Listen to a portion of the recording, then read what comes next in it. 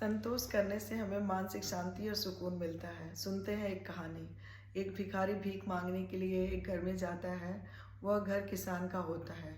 वहाँ से उसे भीख मिलती है। वह भीख लेकर लौट रहा था तो सोचता है कि मेरे से ज़्यादा सुखी तो यह किसान है। इसके पास घर है, खाना है, परिवार है। मेरे पास तो कुछ भी नहीं है। कुछ दिनों के बाद किसान को बीज के लिए पैसों की ज़रूरत पड़ती है।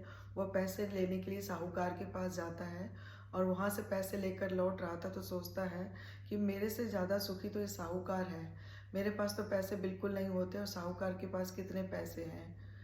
कुछ दिनों के बाद साहूकार को अपने व्यवसाय के लिए कुछ सामान की ज़रूरत पड़ती है। वो सामान खरीदने के लिए एक व्यापारी के पास जाता है और जब वहाँ वह सामान खरीद रहा था तो व्यापारी के पास एक आदमी बहुत सारे पैसे लेकर उसे दे रहा था।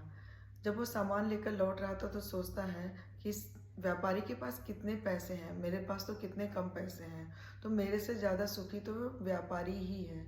कुछ दिनों के बाद व्यापारी के पास एक फ़ोन आता है और उस तरफ से कोई उसे कहता है कि सर, हमारा 5 लाख का नुकसान हो गया।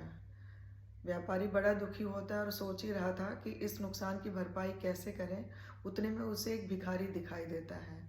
व्यापारी सोचता है कि मुझसे ज़्यादा सुखी तो यह भिखारी है।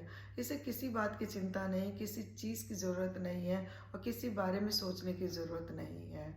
सीख दोस्तों, सुखी रहने के लिए हमें बहुत सारा पैसे की ज़रूरत नहीं होती है, बल्कि हमें संतोष करने की ज़रूरत होती है। हमें रिश्ते निभाने की ज़रूरत होती है। संतोषम परम सुखम।